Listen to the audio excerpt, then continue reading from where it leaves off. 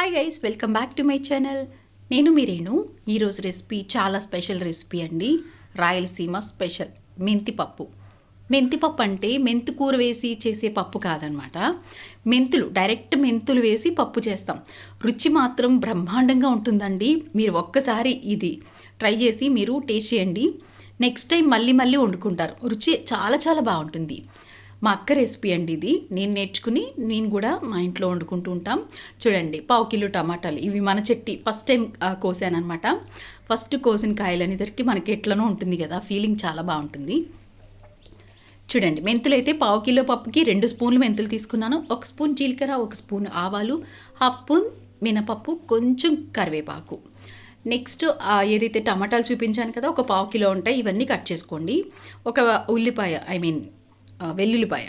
Next ఒక ఉల్లిపాయ కూడా కట్ చేసి పెట్టుకోవాలి. ఒక 10 ఎండుమిర్చి. అంటే ఇక్కడ పచ్చిమిర్చి వేసుకోము, కారం వేసుకోము కాబట్టి ఎండుమిర్చే. మనం ఎంత స్పైసీ తింటామనే దాన్ని బట్టి మీరు ఎండుమిర్చినే ఎక్కువ వేసుకోవాలన్నమాట.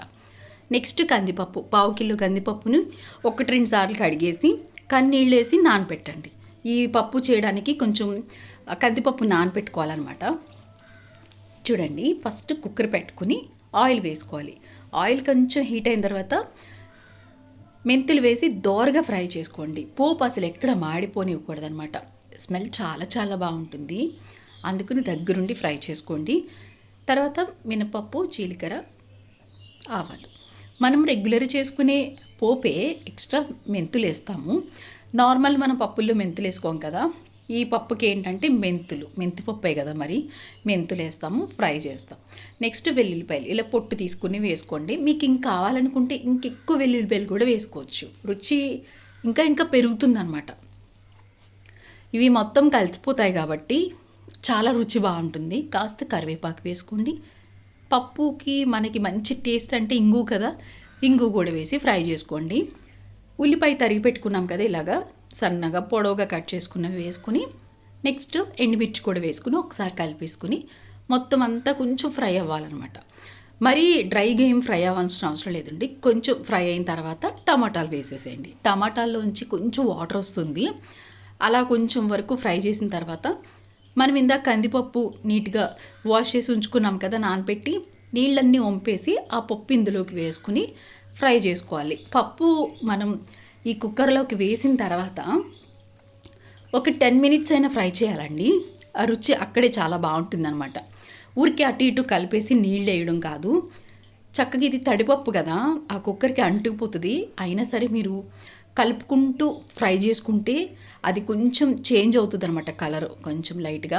మనకి అలాగా కొంచెం ఫ్రై అయితే ఆ రుచి భలే బాగుంటుందండి. ఈ పప్పు మీరు అసలు ఒక్కసారి మీరు యాజ్ ఇట్ ఈజ్ నేను ఏదైతే చెప్తున్నానో, మీరు ఒకవేళ 1/2 కిలో పప్పు చేసుకోవట్లేదు, అందులో సగం చేసుకుంటున్నామంటే మెంతులు 1 స్పూనే వేసుకోండి. అలాగా మిరపకాయలు తగ్గించి వేసుకోండి. మనం స్పైసీగానే ఉంటుంది. నెయ్యి వేస్తాం, మరీ స్పైసీ తినలేనంత స్పైసీ కాదు. ఇందులో నెయ్యి కూడా వేస్తాం కాబట్టి రుచి చాలా బాగుంటుందండి. కొంచెం పసుపు వేసుకోండి. పప్పు బాగా ఫ్రై అయింది కదా, కొంచెం ఉప్పు కూడా వేసుకుని మనకి పప్పుకు సరిపడా ఉప్పు ఇక్కడ వేసేసుకోండి. ఒకవేళ సరిపోకపోతే మనం లాస్ట్లో కూడా వేసుకోవచ్చు అనమాట. మనం పప్పు కొలుచుకోవాలి. ఫస్ట్ ఒక గిన్నెకి వేసుకున్నామంటే 1 కప్పు పప్పు అయితే 2 కప్పులు వాటర్ వేసుకోవాలన్నమాట. కొలత అయితే మన రైస్ కొలతలాగే, మనం ఏదైతే రైస్ కుక్ చేసుకుంటాం కదా, సేమ్ అదే అలాగనే కుక్ చేసుకుంటాం ఇది కూడా. చూడండి, 1 కప్పు పప్పుకి 2 కప్పులు నీళ్లు వేసాను. అలా నేను కొలిచి వేసేసుకున్నాను. మొత్తం కలిపేసి కుక్కర్కి మూత పెట్టేసి మీడియం ఫ్లేమ్లో 3 నుంచి 4 విజిల్స్ పెట్టుకోండి, సరిపోతుంది. ఈ పప్పు చాలా బాగుంటుందండి. రైస్కి అయితే ఒక్క టేస్ట్ అనమాట. ఎప్పుడు కూడా వేడివేడిగా తినాలనిపిస్తుంది ఈ పప్పు అయితే. అసలు వేడివేడి అన్నంలో వేడివేడి పప్పు వేసుకుని తింటుంటే ఆ రుచి చాలా చాలా బాగుంటుంది. చల్లారి కొద్దీ ఇది డ్రైగా అయిపోతుందండి, అంటే గట్టిగా అయిపోతుంది అనమాట. మీరు ఇంకొంచెం వాటర్ యాడ్ చేసుకుని మళ్ళీ స్టవ్ మీద ఆన్ చేసి స్టవ్ మీద పెట్టుకుని కలుపుకుంటే మళ్ళీ లిక్విడ్ లాగా అంటే లూజ్గా అవుతుంది. ఎప్పుడు తిన్నా వేడివేడిగానే నాకైతే నా వరకు నాకు ఎప్పుడు తిన్నా నేను వేడి చేసుకుంటూ ఉంటా. నాకు ఆ రుచి చాలా నచ్చుతుంది. సో అందుకని చూడండి ఎలా ఉడికిపోయిందో కదా మనకి. జస్ట్ పప్పు గుత్తి పెట్టి 2 తిప్పులు అట్లా తిప్పాను. ఆ వీడియో మీకు చూపిద్దామంటే మా పాపని తీయమన్నాను మన స్వీటీని. అది ప్లే అవుతుంది అనుకుందంట, అది చూసుకోలేదు. జస్ట్ 2 తిప్పులు తిప్పితే చాలండి మనకి ఇలాగా క్రీమీ లాగా ఇలా అయిపోతుంది అనమాట.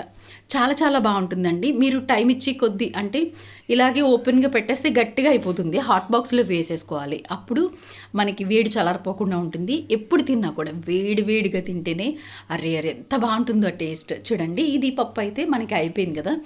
ఇలా కలిపెట్టేసిన తర్వాత ఇప్పుడు ఇందులోకి నెయ్యి వేసుకోవాలి. మనం స్పైసీ అంటే మనకి ఇక్కడ కారం వాడట్లేదు, ఎండుమిర్చి మాత్రమే వాడుతున్నాం, పచ్చిమిర్చి వాడట్లేదు కదా. అందుకని మనకి స్పైసీ అంటే ఎండుమిర్చి నుంచి వచ్చే స్పైసీ అని అనమాట. అందుకని ఎండుమిరపకాయలు ఎక్కువ వేసుకోండి. నేను ఒక 10 పైనే వేసాను. అలా అనేసి తినలేనంత స్పైసీ ఉండదండి, చాలా బాగుంటుంది. కొంచెం స్పైసీ ఉంటుంది.